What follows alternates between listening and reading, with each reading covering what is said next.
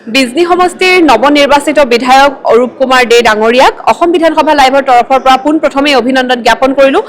তেখেত এইবাৰ প্ৰথমবাৰৰ বাবে অসম বিধানসভালৈ আহিছে। বিজনী সমষ্টিটোক লৈ তেখেতৰ কি পৰিকল্পনা আছে, লগতে ইয়াত আহি তেখেতে কি অনুভৱ কৰিছে প্ৰথমবাৰৰ বাবে তেওঁৰ পৰা জানিব পাৰিম। কেনেকুৱা লাগিছে?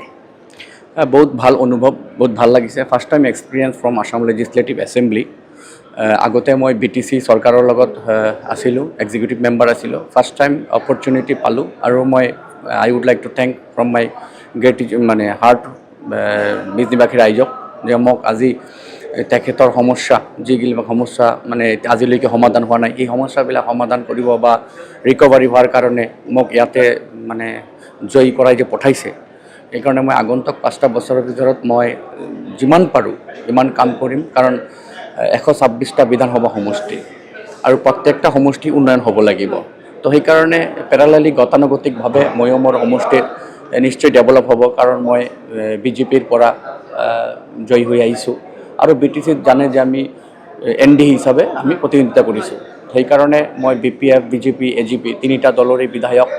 তো তথাপিও মোৰ যিহেতু চিম্বলটো BJP আছিল আৰু যিহেতু মুখ্যমন্ত্ৰী আমাৰ BJP চৰকাৰ হিমন্ত বিশ্ব শৰ্মা ডাঙৰীয়া, তো সেইকাৰণে আমাৰ চৰকাৰৰ বহুত কাম কৰিব লগা আছে। বিজনী বহুত পিছপৰা, you know' very well. Specially শিক্ষাৰ ফালে যদি ক'বলৈ যাওঁ যে আজিকালি বিজনেছ বহুত মানুহ ডেভেলপ হৈছে, বিজনেছৰ প্ৰতি মানুহৰ নলেজ বাঢ়িছে আৰু সেইকাৰণে মই কমাৰ্চ কলেজ বিজনীত আজিলৈকে কমাৰ্চ কলেজ নাই। ল'ৰা ছোৱালীয়ে কমাৰ্চত পঢ়া শুনা কৰক, বিজনেছৰ জ্ঞান সংগ্ৰহ কৰক, CA পঢ়ক, চাৰ্টাৰ্ড একাউণ্টেণ্ট পঢ়ক বা ICWA পঢ়ক। তো সেইমতে কমাৰ্চ কলেজ এখন মই নিৰ্মাণ কৰাৰ চিন্তা মই লৈছোঁ আৰু তাতে BEd চৰকাৰীভাৱে BEd college, commerce college and যদি পাৰা যায় চিৰাং ডিষ্ট্ৰিক্টত ইউনিভাৰ্চিটিৰ আণ্ডাৰটেকিং বা কোনো আপোনাৰ আমি যিটো বুলি কওঁ যদি ওদালগুৰিত এতিয়া হ'ব ব্ৰাঞ্চ ইউনিভাৰ্চিটিত। তো সেইকাৰণে চিৰাঙতো মই বিচাৰিছোঁ আৰু লগতে মোৰ ৰাস্তাটো হৈ থাকিব। প্ৰায় 200 কিলোমিটাৰ ৰাস্তা এতিয়ালৈকে পকীকৰণ বাকী আছে। PMGSA হওক বা NLCPR হওক বা NLCPR নাই আজিকালি, বা RIDF হওক, আসাম মালা হওক বা PWD SOPD হওক, যোন হেডৰ পৰা পাৰোঁ মোটামুটি 200 কিলোমিটাৰ ৰাস্তা যাতে মই নিৰ্মাণ কৰিব পাৰোঁ। আৰু স্পেচিয়েলি মুখ্যমন্ত্ৰী ডাঙৰীয়াৰ ইলেকশ্যনৰ সময়ত প্ৰতিশ্ৰুতি দিয়া আছে যে 10,000 ল'ৰা ছোৱালীক ছাষ্টেইনেবল কৰাৰ বাবে 2 লাখ টকাকৈ চেক দিয়া হ'ব। আৰু অৰুণোদয় আমাৰ মহিলা বাইদেউসকল বা পিছপৰা মহিলাসকল যিবিলাকে অৰুণোদয়ৰ পৰা নিযুত মইনাটো হ'বই, নিযুত মইনা আছে, PM কিষাণ আছে, ৰেচন কাৰ্ড আছে, এনেকুৱা যিবিলাক আমাৰ চৰকাৰী আঁচনি সুবিধা প্ৰত্যেকটা যাতে ডোৰ টু ডোৰ ইমপ্লিমেণ্ট কৰিব পাৰোঁ। চৰকাৰী সুবিধা যাতে ইৰেছপেক্টিভ কাষ্ট এণ্ড কমিউনিটিজ আমি সকলোৱে মিলি সুবিধাবিলাক ল'ব পাৰোঁ, দিব পাৰোঁ। সেইকাৰণে মই ভাবোঁ যে তৃতীয়বাৰৰ চৰকাৰ নিশ্চয় যোৱা দুবাৰকৈ এইবুলি বেছি কাম কৰিব আৰু কেন্দ্ৰীয় চৰকাৰেও আমাৰ ফালে নিশ্চয় দৃষ্টি দিছে। কাৰণ মোদী ডাঙৰীয়া অলৰেডি কৈছে যে the sun rises from the east, তো ঈশান কোণ নৰ্থ ইষ্ট অসম। সেইকাৰণে আশা ৰাখিছোঁ কেন্দ্ৰীয় চৰকাৰৰ যথেষ্ট আমাৰ অসম চৰকাৰে ভাল ফাণ্ড পাব, পুঁজি পাব, আমাৰ অসম চৰকাৰে হ'ব। তো এইকাৰণে overall inside BTC Bijni constituency নিশ্চয় উন্নয়ন হ'ব আৰু মই 5টা বছৰত লেভেল বেষ্ট এফৰ্ট মই দিম, কাম কৰিম।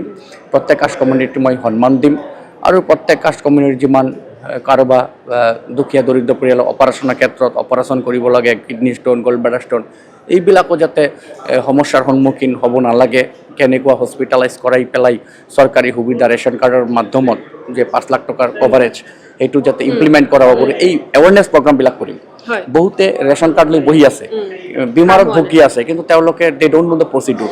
তেওঁলোকে কোন হস্পিটেলৰ লগত টাই আপ আছে, কোন হস্পিটেল কাক ধৰিলে কাম হ'ব, আজিলৈকে এই এৱাৰনেছ প্ৰগ্ৰামবিলাক হোৱা নাই।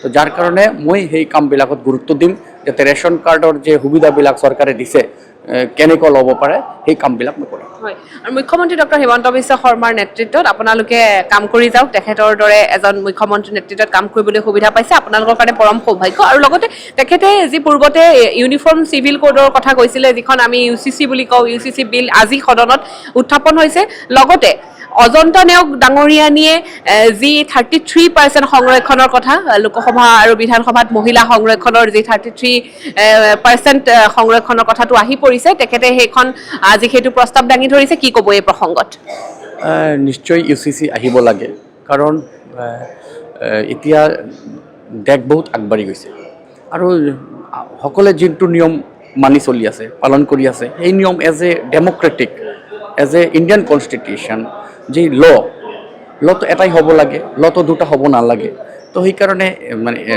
এটা কাষ্টৰ কাৰণে এক নিয়ম আৰু এটা বেলেগ কাষ্টৰ বেলেগ নিয়ম এইটো হ'ব নালাগে এক নিয়ম হ'ব লাগে আৰু এইবিলাকতো ভাল কথা নহয় এজন ব্যক্তিয়ে 3টা 4টা বিয়া কৰিব তাৰপিছত সম্পত্তি একেই দেউতাৰ একেই বাপেকৰ ল'ৰা ছোৱালী ল'ৰাই বেছি পাব ছোৱালীয়ে কম পাব এইবিলাক আনজাষ্টিফাইড চ' সেইকাৰণে মই ভাবোঁ যে UCC লাগু হ'লে মানে each and every citizen of India including Assam everyone will be benefited আৰু দেশৰ কাৰণে মংগল হ'ব ভাল হ'ব সমাজত শৃংখলতা বাঢ়িব বিশৃংখলতা কমিব চ' এইটো ভাল আৰু মহিলা ৰিজাৰ্ভেশ্যনৰ কথা যিটো কৈছে নিশ্চয় আগন্তুক দিনত মহিলা ৰিজাৰ্ভেশ্যন লৈ পেলাই আলোচনা বিলোচনা হ'ব আজিলৈকে ইমান ডাঙৰ ডিছকাশ্যন হোৱা নাই ৰিগাৰ্ডিং উমেন ৰিজাৰ্ভেশ্যন তো মই ভাবোঁ যে উমেনৰ কাৰণেও আগন্তুক দিনত এই চৰকাৰে নিশ্চয় কিবা ভাল ভাবিব